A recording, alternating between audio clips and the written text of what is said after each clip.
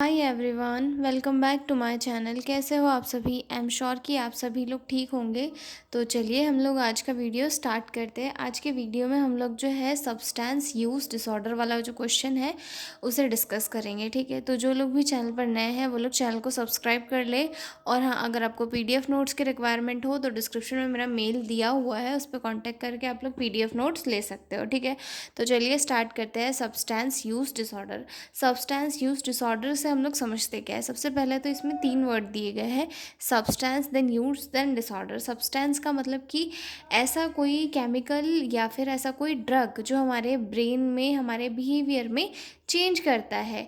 और यूज़ मतलब इसका इस्तेमाल करना, और डिसऑर्डर यानी कि प्रॉब्लम, यानी कि और या डिसीज़, यानी कि जो ऐसा कोई भी सब्सटेंस जो हमारे ब्रेन में डिसऑर्डर कॉज करता है, जिसके मल्टीपल यूज़ के कारण हमारा जो बिहेवियर है वो चेंज हो जाता है। ठीक है, मतलब ये एक ऐसी कंडीशन होती है जिसमें इंसान को जो है बार बार पर्टिकुलर सब्सटेंस की नीड लग जाती है। मतलब उसको ऐसा लगता है, आदत लग जाती है कि भाई मुझे ये चीज़ चाहिए ही चाहिए।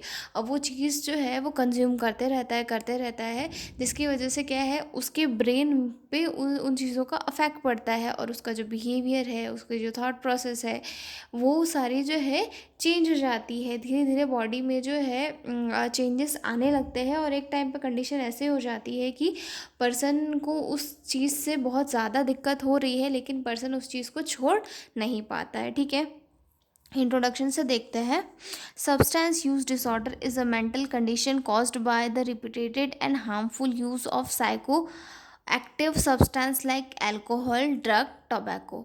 यानी कि सब्सटेंस यूज डिसऑर्डर एक ऐसी मेंटल हेल्थ कंडीशन है जो किस वजह से कॉज होती है, अल्कोहल, ड्रग, टोबैको के मल्टीपल यूज़ से, रिपीटेटेड यूज़ से। ये सब्सटेंस क्या है? साइको एक्टिव सब्सटेंस है जो हमारे ब्रेन पे जो है हार्मफुल इफ़ेक्ट डालते हैं। यानी कि हमारे ब्रेन मतलब ये बॉडी में जाते हैं, पर्सन को थोड़ा रिलैक्स लगता है, एकदम नशे वाला फील आता है, रिलैक्स लगता है, लेकिन वो क्या एक हार्मफुल इफ़ेक्ट करता है हमारी बॉडी के ऊपर, जिसकी वजह से पेशेंट को इसकी लत लग जाती है। और वो जो है इसका सिर्फ कंजप्शन करना चाहता है, और जब वो लेता है उसके बाद में उसके जो ब्रेन में उसे शांति मिलती है, थोड़ा नशा चढ़ता है, उसकी उसी आदत पड़ जाती है। ठीक है, it affect the persons brain, behaviour, emotions, physical health and social life. और ये जो है पर्सन के ब्रेन पे, उसके बिहेवियर पे, उसके इमोशन पे, फिजिकल हेल्थ पे और सोशल लाइफ पे, सब पे अफेक्ट डालता है। ठीक है, मतलब सब्सटेंस हमारे जो है बॉडी में जब कोई भी पर्सन लेता है, तब क्या करते हैं, उससे जो है उसे नशा चढ़ता है, जिसकी वजह से उसके ब्रेन में, उसके न्यूरोट्रांसमीटर पे, उसकी ब्रेन की जो केमिस्ट्री है वो अफेक्ट होती है। साथ ही साथ इमोशंस भी, फिजिकल हेल्थ भी, मतलब किडनीज वगैरह पे अफेक्ट पड़ता है। और साथ में सोशल लाइफ, जैसे कि वो घर वालों के साथ अच्छे से बिहेव नहीं कर पाता है। ठीक है, अब चीज़ें कंज्यूम करेगा तो जो उसे जो है उनको ख़रीदने के लिए भी पैसे की नीड होगी। ठीक है, अब शराब वराब ये सारी चीज़ सस्ते तो आती नहीं है, महंगी आती है, जिनकी वजह से जो है सोशल लाइफ पे भी उसकी अफेक्ट पड़ता है। ठीक है, it is considered as a chronic relapsing disorder. और इसे जो है एक क्रोनिक रिलैप्सिंग डिसऑर्डर, यानी कि लॉन्ग टर्म तक चलने वाला डिसऑर्डर कंसिडर किया जाता है। ठीक है, डेफिनेशन देखते हैं। Substance abuse disorder is a condition where a person continues to use of substance despite psychological and social problems। यानी कि जो सब्सटेंस अब्यूज़ डिसऑर्डर है, ये एक ऐसी कंडीशन है जहाँ पर पर्सन जो है कंटिन्यू ऐसे सब्सटेंसेस का यूज़ करते जाता है जो उसकी साइकोलॉजिकल और या फिज़िकल हेल्थ पर अफेक्ट डालता है, लेकिन जो पर्सन है वो उसके यूज़ को छोड़ नहीं पाता है, कंटिन्यू उसका यूज़ कर पाता है, और जिसके कारण उसकी जो हेल्थ है वो बिगड़ती जाती है। ठीक है, और उसके साथ साथ उसकी जो है साइकोलॉजिकल प्रॉब्लम्स भी बढ़ती जाती है। ठीक है, कॉमन सब्सटेंस यू इन्वॉल्व, मतलब इसमें कौन कौन से सब्सटेंस इन्वॉल्व होते हैं ये सब हमको सबको पता है। ठीक है, जिसमें सबसे फर्स्ट आता है अल्कोहल, जो सबसे फेमस है। ठीक है, देन आता है टोबैको या फिर निकोटिन। ठीक है, मतलब जो तंबाकू वगैरह होता है। ठीक है, कैनाबिस यानी कि जो गांजा वगैरह आता है, चरस हो गया, ये सारी चीज़ें। ठीक है, ओपियोइड्स यानी कि हीरोइन, मॉर्फिन, कोडीन। ठीक है, उसके बाद कोकीन वगैरह भी आते हैं, कोकीन हो गया, एम्फेटामाइंस हो गया, ये सारी चीज़ें भी क्या करती है, नशे के सब्सटेंस होते हैं, पर्सन लोगों को इनकी आदत होती है, लेते जाते हैं, उसी के साथ साथ फिर इनका जो बिहेवियर है, इनकी जो साइकोलॉजिकल थिंकिंग है, जो सोशल प्रॉब्लम्स है वो बढ़ते जाती है। ठीक है। उसके बाद सेडेटिव या फिर हैप्नोटिक्स या फिर एंजियोलाइटिक्स, जिसमें कि स्लीपिंग पिल्स या फिर ट्रैंकुलाइजर्स, ये सारी चीज़ें इंक्लूड होती है। ठीक है। हेलिसिनोजेंस भी इसमें कंट्रीब्यूट करते हैं। ठीक है। उसके बाद जो इनहेलेंट्स होते हैं, जैसे कि ग्लू, पेट्रोल, पेंट या फिर थिनर की जो स्मेल है, इन चीज़ों का भी कुछ लोगों को नशा होता है। लेकिन जब ये सीवियर इसमें बढ़ जाता है तो इसकी वजह से जो है साइकोलॉजिकल प्रॉब्लम्स क्रिएट होने लग जाती है। ठीक है। उसके बाद देखते हैं हम लोग इटियोलॉजी यानी कि ये चीज़ें किन वजह से कॉज होती है। ठीक है। सबसे फर्स्ट आता है इसमें बायोलॉजिकल फैक्टर्स में जेनेटिक प्रेसपोजिशन, यानी कि फैमिली हिस्ट्री के कारण, जीन्स के कारण जो है लोगों को आदत लग जाती है। ठीक है। उसके बाद अगर ब्रेन में जो है ब्रेन की केमिस्ट्री में अगर कोई चेंजेस आ गए हैं, अगर जो डोपामाइन है उसकी मतलब डोपामाइन में अगर कोई केमिकल इम्बैलेंस आ गया है तो उस कंडीशन में जो है हमें ऐसी सिचुएशन देखने के लिए मिलती है। ठीक है। उसके बाद आता है साइकोलॉजिकल फैक्टर्स में क्या क्या कंट्रीब्यूट करते हैं, स्ट्रेस है, लो सेल्फ स्टीम है, डिप्रेशन, एंजाइटी, इन सारी चीज़ों के कारण भी हो सकता है सब्सटेंस अब्यूज डिसऑर्डर। ठीक है। उसके बाद पर्सनालिटी ट्रेड्स, यानी कि इम्पल्सिविटी, यानी कि अपने आप को कम समझता है जब पर्सन, या फिर जो है कोई भी बहुत जल्दी फैसला वगैरह ले लेता है तो उसके कारण भी जो है हमें देखने के लिए मिलता है। ठीक है। उसके बाद जो है सोशल फैक्टर्स, जैसे कि पीयर प्रेशर या फिर family conflict, poor parenting, easy availability of substances, cultural acceptance of alcohol and tobacco, मतलब इन सारी चीज़ों के कारण पर्सन क्या करता है कि जो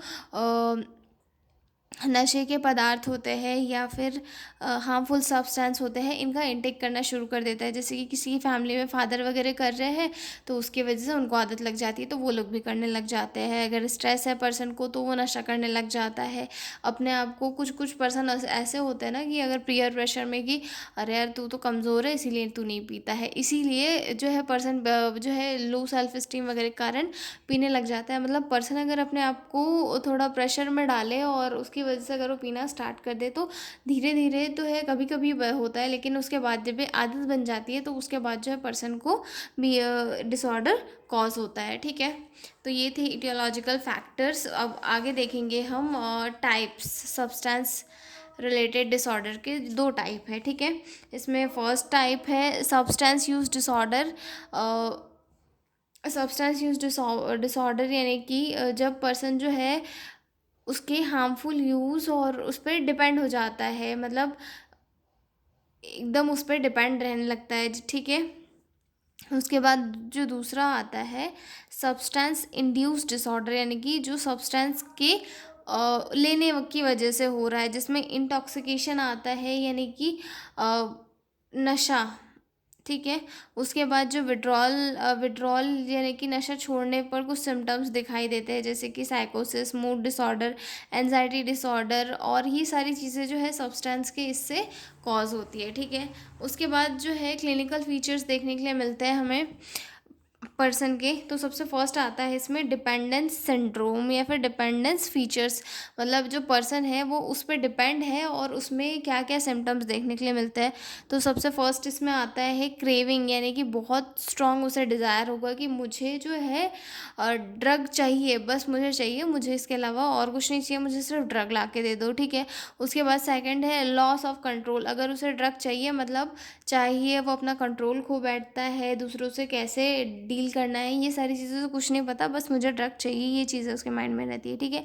unpleasant syndromes when not using, मतलब जो है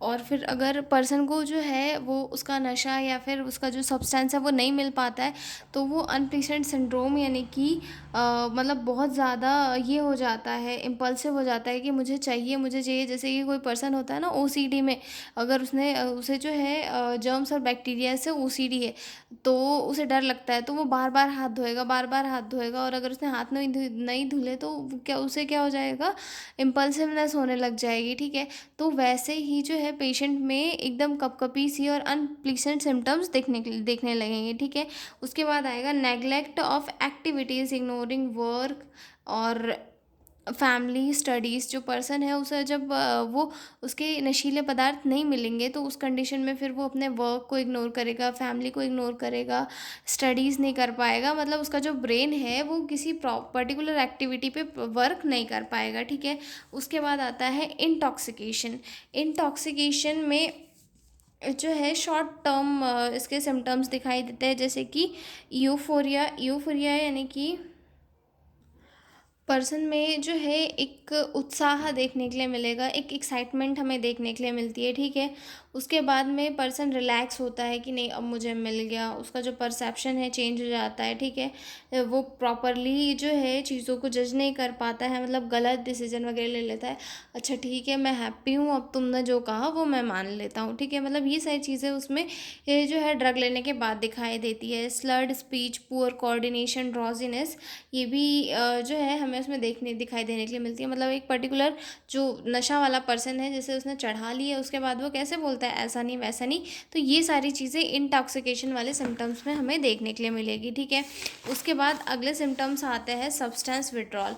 मतलब सब्सटेंस ले देने के बाद में जो है पेशेंट को क्या होगा, एनजाइटी देखने के लिए मिलेगी, इरिटेबिलिटी देखने के लिए मिलेगी, स्वेटिंग्स या फिर ट्रिमर्स, नोजिया या सीजर्स भी देखने के लिए मिल सकते हैं। ठीक है, ये ड्रग के टाइप पे डिपेंड करता है कि उसके क्या जो है ये होता है। मतलब जब पर्सन नशा छोड़ने की कोशिश करता है उस टाइम पे उसमें उसमें ये सिम्टम्स हमें देखने के लिए मिलते हैं। ठीक है, उसके बाद अगले आते हैं डायग्नोस्टिक इवोल्यूशंस की, क्या क्या डायग्नोस्टिक इवोल्यूशन के थ्रू पेशेंट को ट्रीट किया जा सकता है। सबसे फर्स्ट उसमें हिस्ट्री कलेक्शन करेंगे कि पर्सन जो है किस टाइप का नशा करता था, कितने टाइम से करता था, कैसे करता था। ठीक है, उसके बाद physical examination, mental status examination, blood investigation और यूरिन टेस्ट वगैरह, और साथ ही साथ कुछ स्क्रीनिंग टूल्स होते हैं, CAGE क्वेश्चनरीज या फिर ऑडिट टेस्ट वगैरह किए जाते हैं। ठीक है, मैनेजमेंट में क्या होगा, मेडिकल मैनेजमेंट करेंगे सबसे पहले तो डिटॉक्सिफिकेशन की, बॉडी से जो है एक्सेस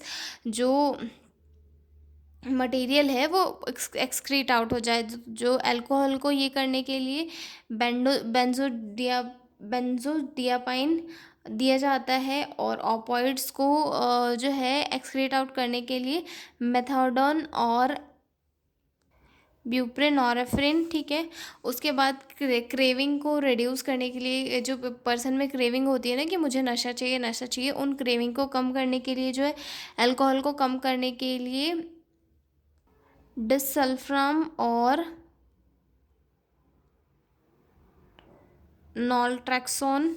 ठीक है, उसके बाद निकोटिन को कम करने के लिए निकोटिन पेच या फिर गम्स वगैरह आते हैं, उनके थ्रू जो है उनकी क्रेविंग कम की जाती है। ठीक है, साइकोलॉजिकल ट्रीटमेंट में पर्सन को जो है मोटिवेट किया जाता है कि आप मत लीजिए, जो है अगर आप नहीं लोगे तो आपके साथ ये अच्छा हो जाएगा, आपकी फैमिली जो है वो सेटल हो जाएगी, आपकी फैमिली में सब लोग आपके साथ अच्छा सा बिहेवियर करेंगे, आप अपने आप में इम्प्रूवमेंट फील करोगे। मतलब उसे इनक्रेज किया जाता है कि आप जो है नशे वाले पदार्थों का सेवन मत करिए, उससे आपको ये हो रहा है, आपका पैसा बचेगा, सारी चीज़ों से रिलेटेड पेशेंट को मोटिवेट किया जाता है कि वो नशे ना करे। ठीक है, कॉग्निटिव बिहेवियर थेरेपी, मतलब उसकी थॉट प्रोसेस को चेंज करके जो है ये किया जाता है। ठीक है, ग्रुप थेरेपी दी जाती है, रिलैप्स प्रिवेंटिंग ट्रेनिंग वगैरह पेशेंट को दी जाती है ताकि पेशेंट जो है नशे से दूर निकल सके।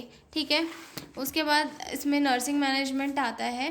नर्सिंग मैनेजमेंट क्या क्या करेंगे, जो नर्सेस होती है वो पेशेंट को जो है सेफ्टी प्रोवाइड करती है, ताकि जब भी मतलब डिटॉक्सिफिकेशन की प्रोसेस वगैरह चल रही हो तो उस कंडीशन में पेशेंट जो है खतरे में हो जाता है, मतलब उसके जो है खुद को नुकसान पहुंचाने के चांसेस ज़्यादा हो जाते हैं, तो उस टाइम पे पेशेंट को प्रॉपरली प्रोटेक्ट करना होता है नर्सेस को, ठीक है।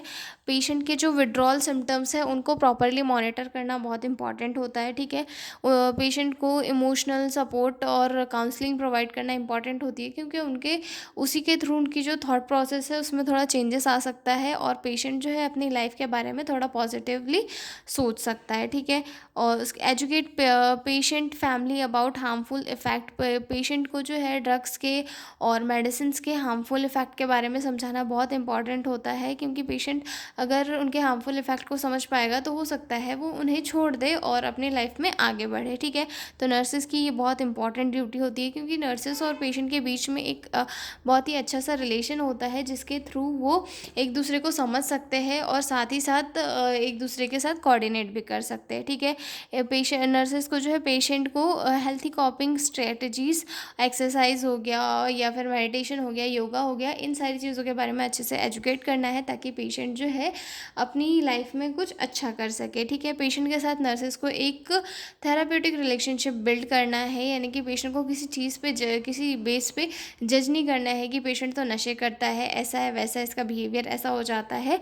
ये सारी चीज़ों से बिना जज किए पेशेंट के साथ नर्सेस को एक अच्छा थेरापेटिक रिलेशनशिप बिल्ड करके उन्हें केयर प्रोवाइड करनी होती है, ठीक है। तो ये था हमारा सब्सटेंस यूज़ डिसऑर्डर वाला क्वेश्चन। अब हम मिलते हैं अगले वीडियो में एक नए क्वेश्चन के साथ। और हाँ, इसके साथ आप लोग नर्सिंग मैनेजमेंट के बाद केयर प्लान वगैरह ऐड करके, नर्सिंग डायग्नोसिस बना के केयर प्लान ऐड करके आप लोग लिख सकते हो, ठीक है। तो अब मिलते हैं हम लोग अगले वीडियो में, तब तक के लिए बाय बाय।